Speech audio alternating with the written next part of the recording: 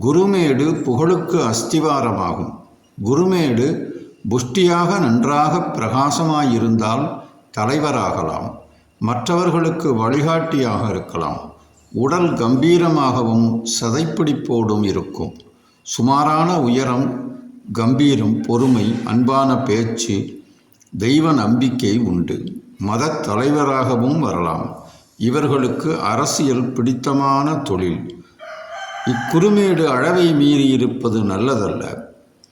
தலைவராக வந்து சர்வாதிகாரியாக ஆகிவிடுவார்கள். வீட்டில் உள்ளவர்களை அடிமையைப் போல ஆட்டி படைப்பார்கள். குருமேட்டில் செங்குத்தான ரேகை தென்படில் வெற்றியை காட்டும்.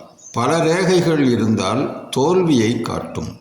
கரும் புள்ளி இருந்தால் எதிலும் தோல்வியே ஏற்படும். பதவி பறிபோகும்.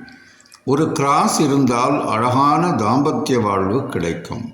சதுரம் இருந்தால் வழிகாட்டும் தலைவராவார். முக்கோணம் இருந்தால் அரசியல் நிபுணராவார். வளைக்குறி இருந்தால் எதிலும் முன்னேற்றமில்லை. பலரும் சந்தேகப்படும்படியாக நபராக இருப்பார்.